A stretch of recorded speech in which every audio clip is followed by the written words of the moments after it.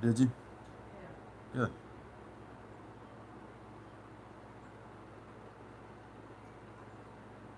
Sorry about that, folks. I think, unless this is like a loop that I'm seeing over and over again. Yeah, that's what happened here. It is a loop.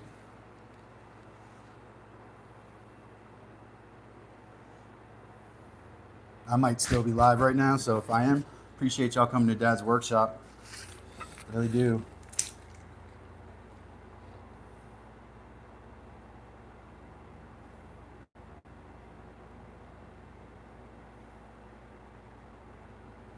Nope, this is the same thing.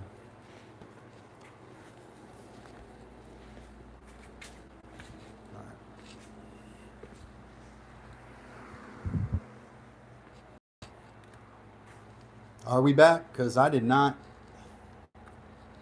getting it on my phone here.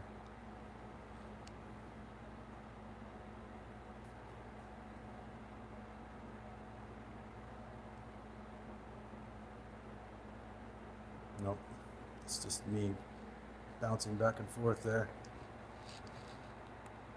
Yeah, it's not for me, guys. I know you can see me, but I definitely can't see the feed.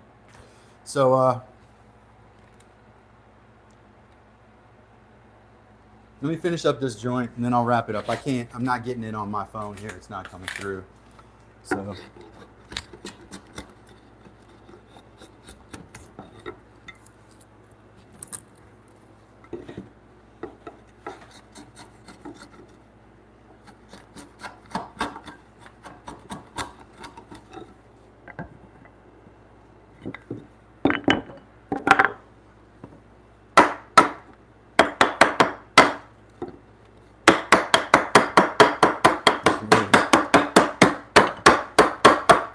Attempt to deal with this knot here. I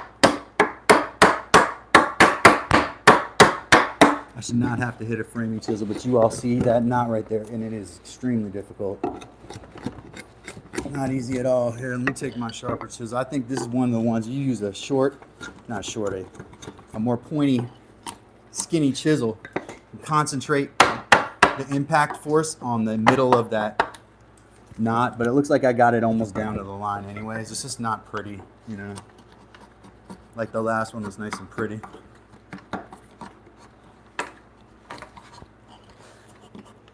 Sometimes if you find the grain direction that you're having problems with, because knots take you in like 360 degrees of grain direction.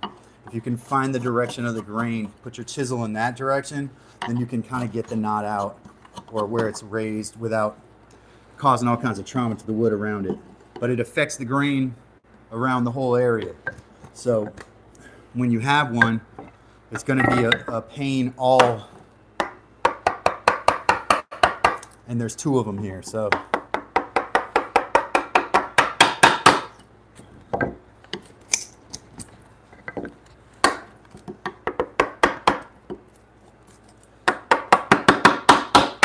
Another one right there too. A lot of knots on that. And you can see the grain here is swirly and it's resistant to my tools. That's why woodworkers don't like knots. Besides the fact that they compromise the strength of the wood too. I mean, trees need branches, we understand that, right? But as far as knots, when you're using wood or when you're working wood, knots are detrimental to what you're doing. For sure, they are a pain, especially if you're trying to dress a piece up nicely. You know, you want a piece to look good. Now, here's a project where construction lumber, I mean, I'm going to use construction lumber on everything. That's the whole point of my channel, is to use cheap lumber to build cool things. But construction lumber is the best choice for something like a bunk bed, because a bunk bed is a piece of construction. It needs to hold human beings above other human beings. So technically, you are building a structure, right? A bunk bed has to be trusted a lot more than a regular bed.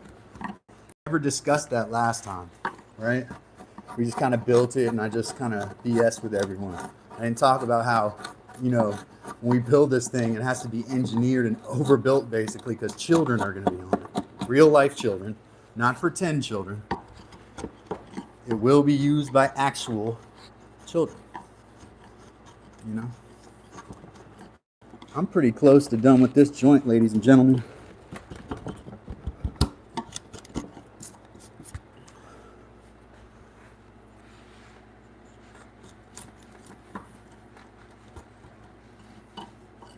Well, maybe not the other side. I haven't done the other side yet. Might wait on that. I did do a lot of prep today at this. A lot of labor to get these boards to the right size. I still have to do the other side. Let me see who I got. I got to go all the way back here to do that.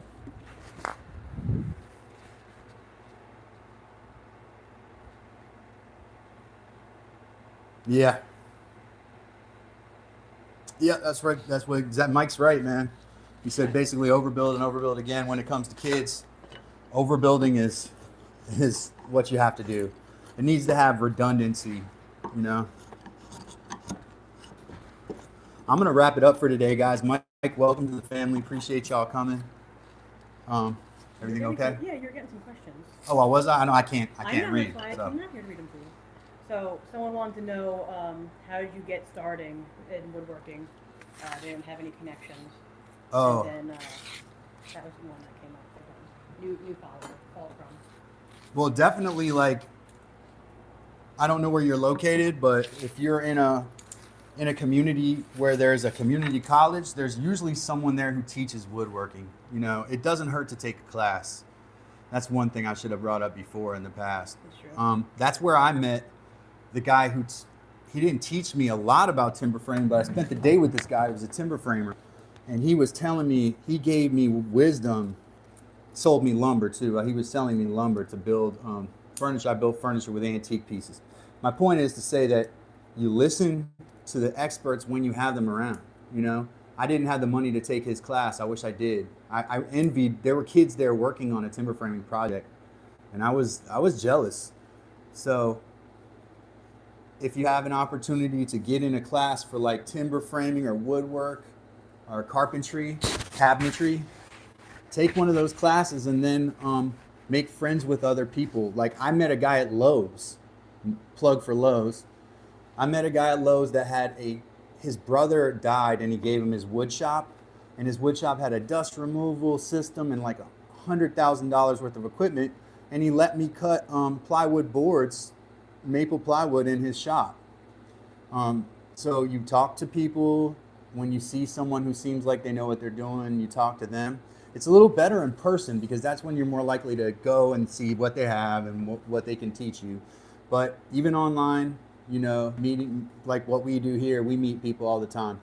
So yeah, that's a good question. Any other questions that people had today? We really got bumped off the views, didn't we? Say, with frustration of typical difficulties, he plowed through that second lap joint. Through his anger, he built 3 bunk beds in 1 weekend. Yeah, yeah, that's true.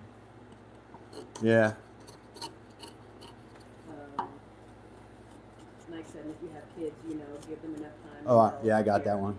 Yeah, that was a good one. Yeah, you just overbuild. You always overbuild with kids. Yeah, so guys, I appreciate y'all being here. I don't know how long I was on because my last stream got cut off early. Looks like I was on for about an hour. So I'll be back. I would like to do it tomorrow before I got to go out of town and see my kids for Easter and stuff.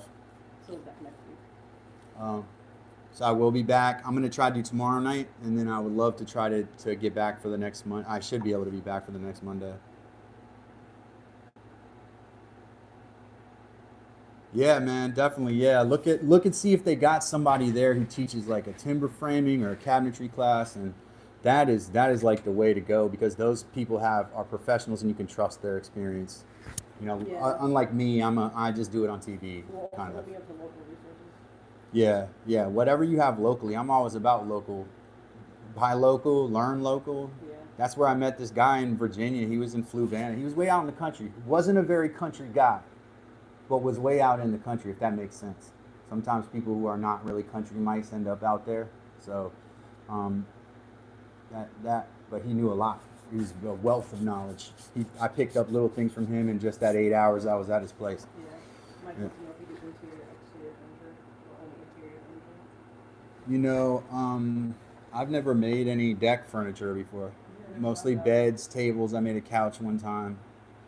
Um, Lots of different beds. I like to make beds. In fact, the other day I was saying how I could like make beds for a living because I like making them different and different layouts for the corners and stuff. Um, and I have a little expertise in making beds, but mostly interior furniture, man. Though I think I built a greenhouse, so that's like exterior furniture. Yeah. That was pretty tall too. I built my greenhouse it was like 14 feet tall. It's like tower house.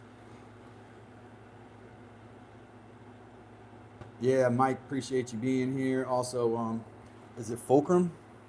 Fulcrum. Yeah, appreciate you being here, new friends.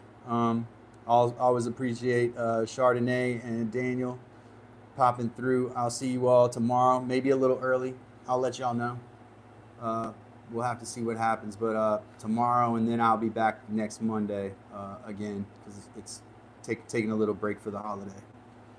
Um, Love y'all. Appreciate y'all. Bye.